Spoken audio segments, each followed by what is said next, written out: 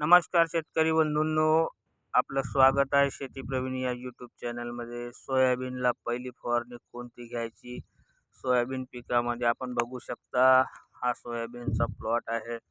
नुकताच सोयाबीनची उगवण झालेली आहे आणि हा पण जवळपास 10 ते 12 दिवसाचा प्लॉट आहे। या प्लॉटमध्ये आपण बघू शकाल ही छोटी छोटी तणं उगवायला सुरुवात झालेली आहे। तत्पूर्वी आपण खोडकूज, चक्रभुंगा यासाठी फवारणी घेण्या अगोदर आपल्याला या तणांचा नायनाट करून घ्यायचा आहे।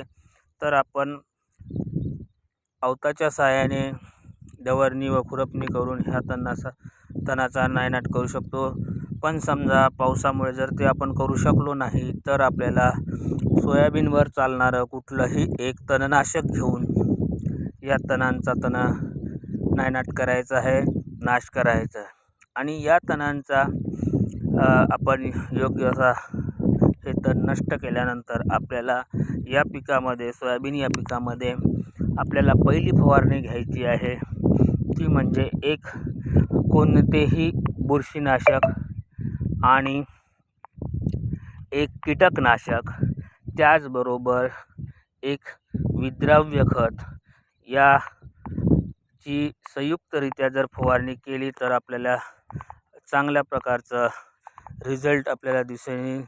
योग्य प्रकारे पिकाची वाढ होईल व खोडकूज, मुळकूज यासारख्या रोगाचा नायनाट होईल आणि आपलं पीक हे चांगलं उत्पन्न देण्यास तयार होईल। तर व्हिडिओ आवडल्यास आपल्या चॅनलला सबस्क्राईब करा, लाईक करा। धन्यवाद।